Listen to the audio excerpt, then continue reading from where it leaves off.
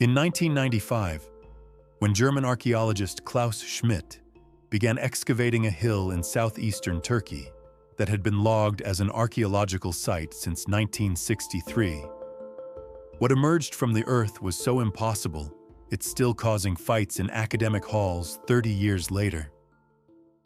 This wasn't just another ancient settlement. What Schmidt uncovered at Göbekli Tepe was an architectural impossibility. Massive stone monuments constructed around 9,500 BCE that predated pottery, predated widespread agriculture, predated everything we thought we knew about when humans first organized to build monumental structures. Picture this: massive T-shaped limestone pillars, some weighing over 16 tons, arranged in perfect circles and covered in intricate carvings of animals that haven't roamed those lands for millennia. But here's what shatters everything you learned in school. Radiocarbon dating places the earliest enclosures at approximately 9,500 to 8,800 BCE, 6,000 years before Stonehenge, 7,000 years before the Egyptian pyramids. According to every archaeological textbook ever written, the people who built Göbekli Tepe should have been simple hunter-gatherers in the early pre-pottery Neolithic period, living before domesticated crops became established locally, lacking any form of social organization complex enough to coordinate such a project. Yet there it stands, defying logic, defying chronology, defying everything we thought possible for that era. The site spans 22 acres, and archaeologists estimate they've excavated only about 10% of it. Ground-penetrating radar and geophysical surveys suggest at least 20 additional stone circles lie buried beneath the earth, waiting. Each pillar showcases artistic mastery that supposedly didn't exist yet. Foxes, lions, scorpions, and birds carved with stunning detail and intention. Some pillars feature human-like arms and hands, as if these stones themselves were meant to represent beings, watchers, or perhaps gods no one remembers anymore. But the mystery deepens into something far more unsettling.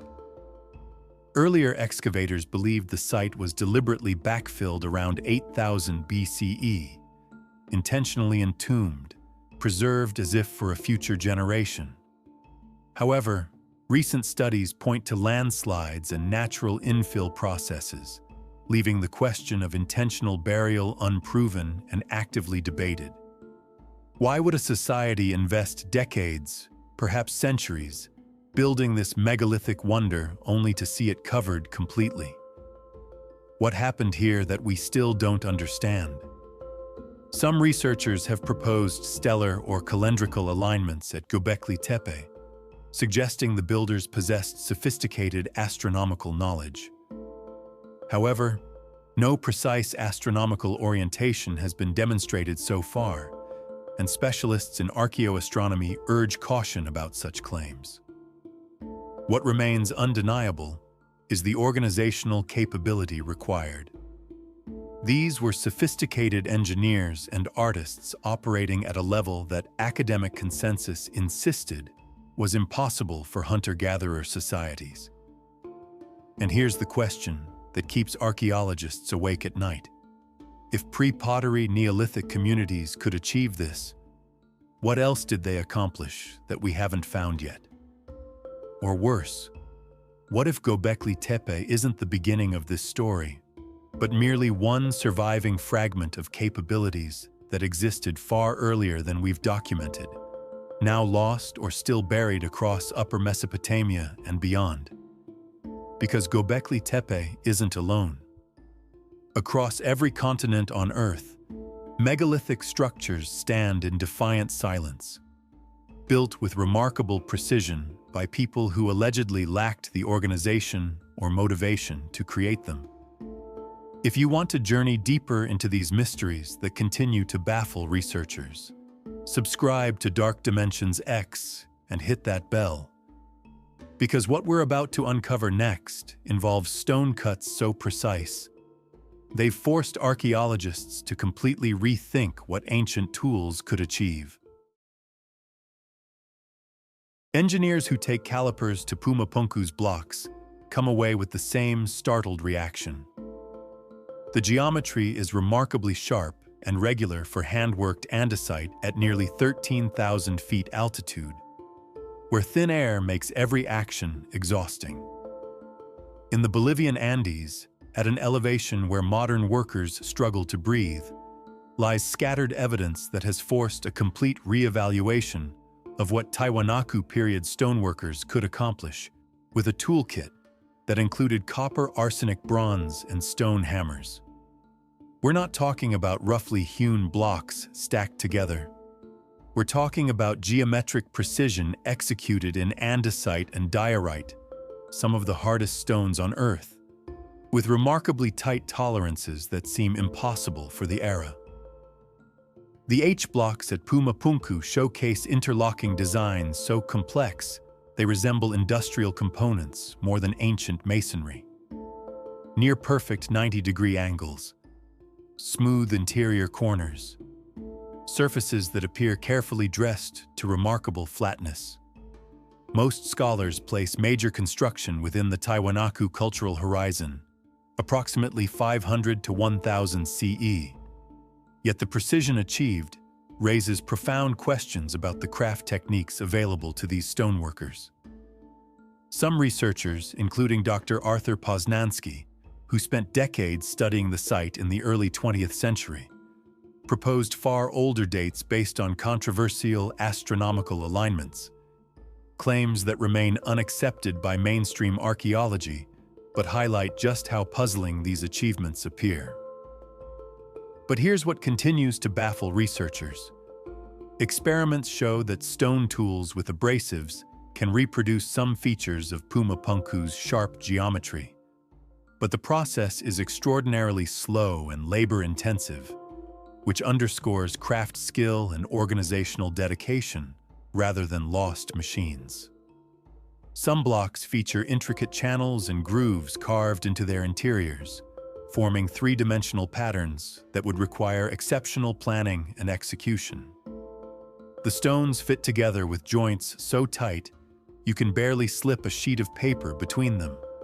No mortar, no cement, just patient accuracy achieved through techniques we're still trying to fully understand.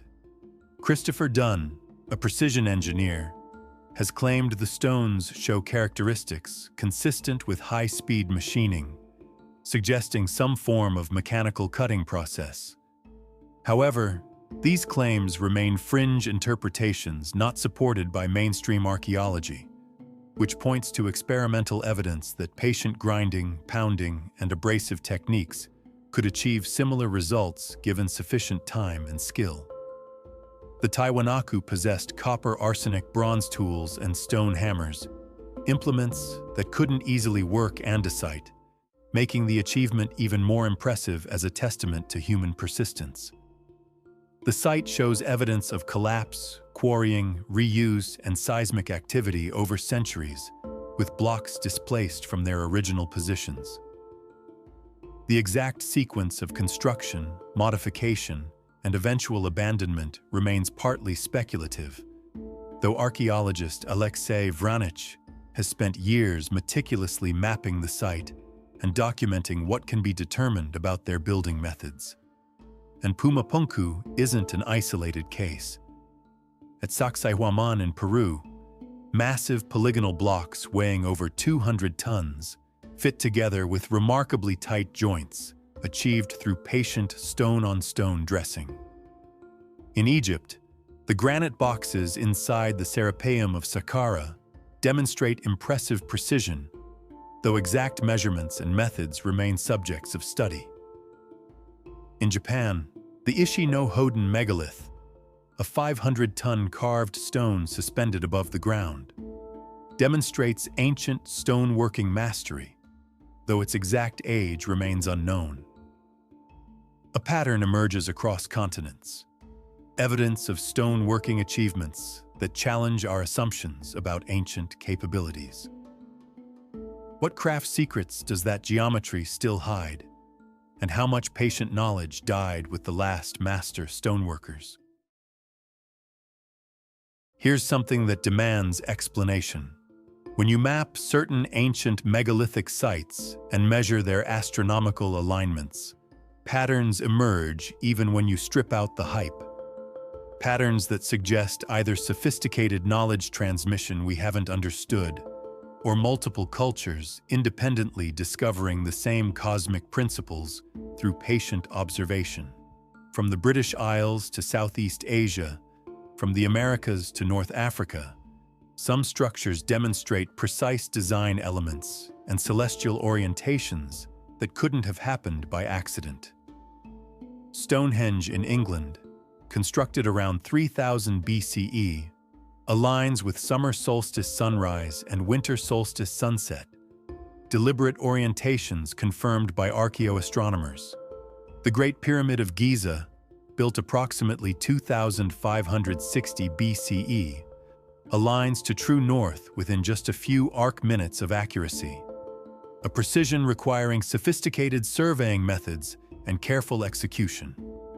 El Caracol at Chichen Itza is widely interpreted as an observatory tracking Venus, though the specific alignments remain debated among researchers. These weren't accidental. They represent deliberate astronomical knowledge encoded into permanent monuments. But what motivated such precision, and how was that knowledge preserved across generations?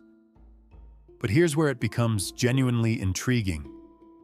Claims about deliberate golden ratio design in ancient monuments are contested among scholars. The Great Pyramid's dimensions show some ratios consistent with phi, approximately 1.618. The Parthenon in Greece, built around 447 BCE, displays proportions that some interpret as golden ratio relationships. Even Stonehenge's layout shows geometric relationships that certain researchers interpret as intentional mathematical encoding. Whether these ratios were deliberately designed, emerged naturally from aesthetic principles, or are coincidental remains actively debated. Some proportions fit, but intentional use of phi isn't established. Their presence across cultures separated by vast distances raises compelling questions, even if the answers remain elusive. Professor Alexander Thom, who surveyed over 300 stone circles across Britain and France in the 1960s and 70s, proposed they shared a standardized unit he called the Megalithic yard, approximately 2.72 feet. His meticulous surveys documented what appeared to be remarkable consistency in construction methods across sites separated by hundreds of miles and built centuries apart. While mainstream opinion remains skeptical of Thom's conclusions, his work highlighted patterns that suggest either cultural contact or parallel development of similar building traditions. Neither explanation is simple. The Nabta Playa stone circle in Egypt's Nubian desert, dated to approximately 5000 BCE, contains what some researchers interpret as solstitial alignments, claims pointing to early astronomical observation practices in North Africa, though interpretations of the specific alignments vary among specialists. In Malta, the Guntaija temples, built around 3600 BCE, demonstrate acoustic properties with measured resonance frequencies between 95 and 120 Hz. Studies in archaeoacoustics have documented these resonances, though whether ancient builders deliberately engineered these properties or they emerged as a byproduct of chamber dimensions remains unsettled among researchers. Patterns emerge that demand investigation, even when approached with appropriate skepticism. Many separate someones across vast distances, understood principles of astronomy, geometry, and architectural engineering, implementing this knowledge with remarkable consistency. The astronomical alignments are real and measurable. The organizational capabilities were profound. The dedication was extraordinary. But here's what keeps researchers investigating. If these ancient builders developed such sophisticated observational astronomy through patient, multi-generational study, what other capabilities did they possess that we're only beginning to recognize in the archaeological record? In 2008, archaeologist Dennis Stocks conducted replication experiments at Aswan, Egypt, attempting to reproduce ancient stone-cutting techniques. And what he demonstrated was so labor-intensive, so impossibly time-consuming, that it reveals something profound. Ancient civilizations possessed organizational capabilities and patience so far beyond modern industrial thinking that we literally struggle to comprehend their methods. The greatest mystery isn't just who built these structures. It's how they achieved precision through techniques we've had to painstakingly rediscover, and why those methods vanished so completely from cultural memory.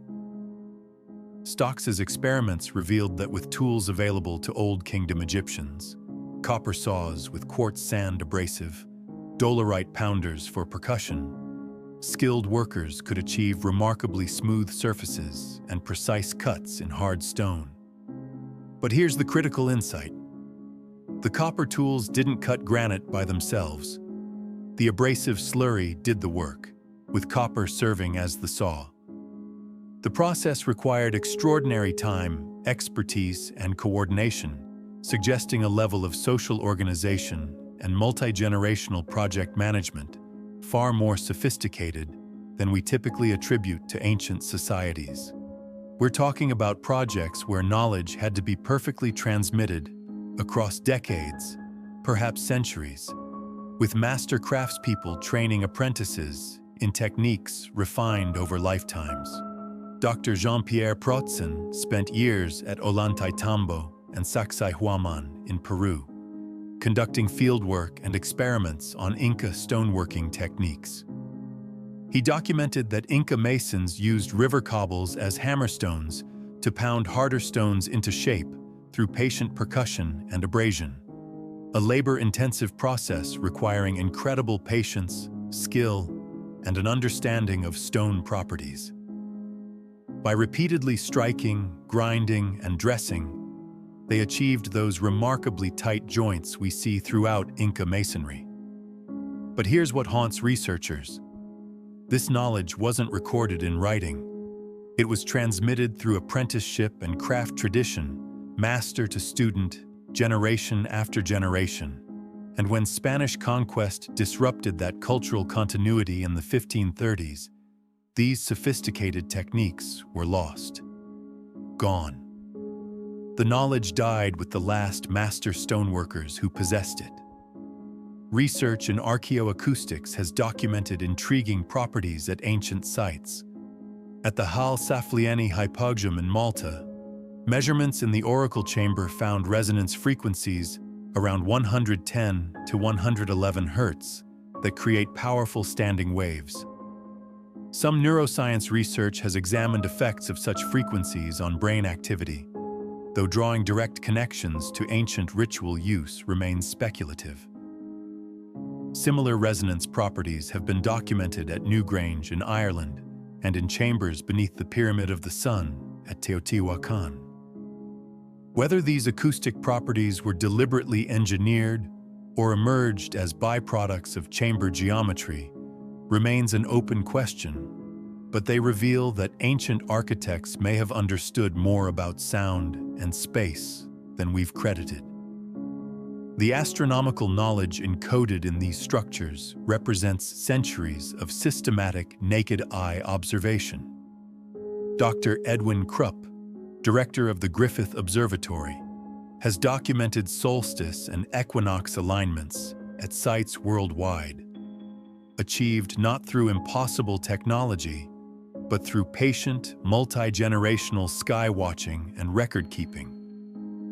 The Maya developed astronomical tables tracking Venus with remarkable accuracy using observations accumulated over hundreds of years. The builders of Stonehenge positioned stones to mark summer solstice sunrise around 2500 BCE through systematic understanding of the sun's annual movement. What we're witnessing isn't impossibility. It's evidence that we've systematically underestimated the dedication, intelligence, and organizational sophistication of our ancestors. But as we're about to discover, what makes this truly sobering is how much of that irreplaceable knowledge was disrupted by conquest, climate change, and cultural upheaval. Right now, as you watch this, beneath the soil at Göbekli Tepe lie at least 20 more stone circles that geophysical surveys have detected, but that haven't been touched by excavators. And what's buried there could rewrite our understanding of early human organization again, just like the first excavations did in 1995. After decades of careful excavation, analysis, and scholarly debate, the megaliths still guard their deepest secrets, and every new discovery seems to raise more questions than answers. What we've learned is humbling. Our ancestors possessed capabilities we're only beginning to appreciate, but the full extent of their knowledge and motivations remains frustratingly incomplete. Only about 10% of Göbekli Tepe has been excavated so far.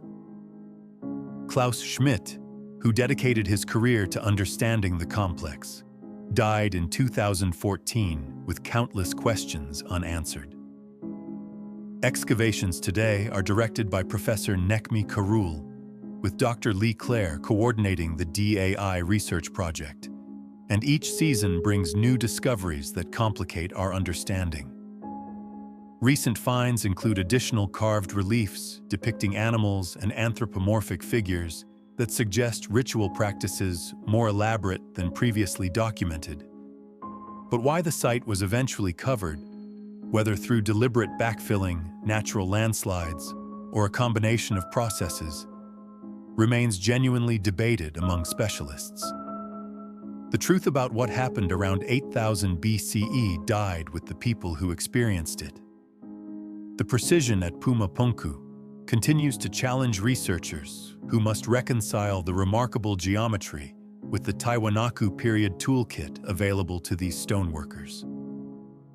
While experimental archaeology has shown that patient grinding with stone tools and abrasives can theoretically achieve such results, the sheer scale, consistency, and organizational logistics involved remain impressive and somewhat puzzling. Archaeologist Alexei Vranich has spent years meticulously mapping the site and documenting evidence of how blocks were quarried, moved, and positioned.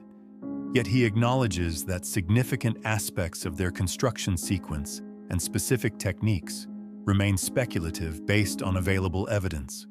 Recent archaeological discoveries continue to push back our timeline of human social complexity and challenge conventional narratives.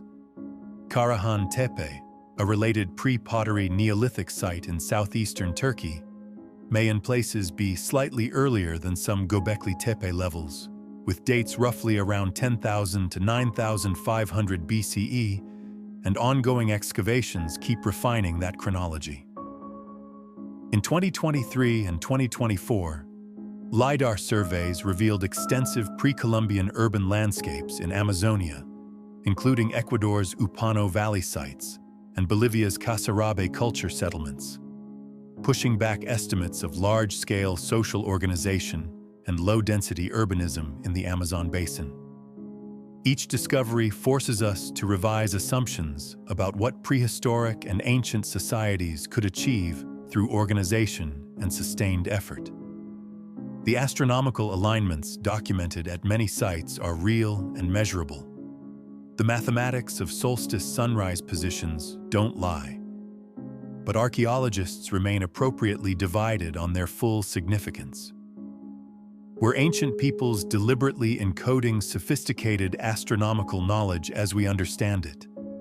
Or are we retrofitting modern scientific frameworks onto structures whose true cultural purposes we've lost?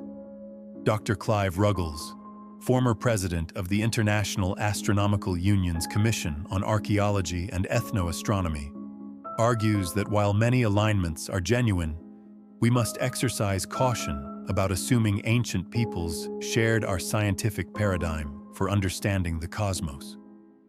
What remains certain is this: the conventional narrative of steady linear progress from primitive to advanced is demonstrably false. Human ingenuity, creativity, organizational capability, and dedication have always been profound. What's changed across millennia is our technology and how we apply our intelligence, not our fundamental cognitive potential or capacity for complex social coordination. The unseen architects weren't aliens, weren't time travelers, weren't refugees from mythical lost continents. They were humans. Brilliant, dedicated, organized humans who devoted generations to creating monuments that would outlast empires and speak across millennia. They succeeded beyond measure. These structures have survived catastrophes, conquests, climate changes, and thousands of years of weathering, still standing as testament to what humanity can achieve when knowledge, skill, patience, and purpose align across generations.